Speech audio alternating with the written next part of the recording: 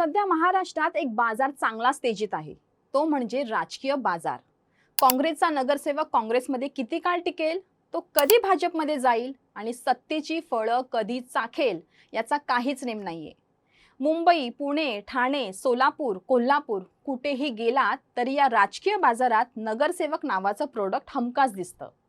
पक्ष बदल, सत्तेची गणितं आणि स्वार्थ यामुळे हा बाजार दिवसेंदिवस अधिकच तापतोय।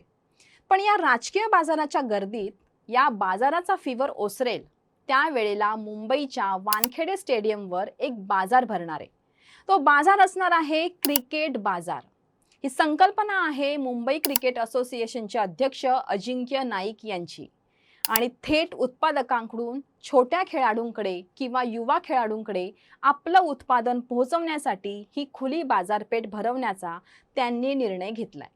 आता या क्रिकेट बाजारात bat, ball, gloves, pads, kit बॅगसह सर्व प्रकारचं क्रीडाविषयक साहित्य उपलब्ध असणार आहे आणि तेही बाजारभावापेक्षा तब्बल 30 ते 40% स्वस्त दरात। विशेषतः छोटे क्लब, स्थानिक खेळाडू आणि युवा क्रिकेटपटूंना महागडं साहित्य परवडावं, त्यांचा खेळ थांबू नये आणि आर्थिक अडचणींमुळे टॅलेंट वाया जाऊ नये, हाच या उपक्रमाचा खरा हेतू आहे। जिथे राजकारणात रोज सौदे होतात तिथे वानखेडेवर मात्र खेळासाठी संधी दिली जाते। सत्तेच्या बाजारात नगरसेवक विकले जात असताना या क्रिकेट बाजारात खेळाडू घडवले जाणार आहेत। म्हणूनच राजकीय बाजाराने कंटाळा आला असेल तर येत्या 17 आणि 18 जानेवारीला वानखेडे स्टेडियमवरील हा क्रिकेट बाजार नक्की अनुभवायला या।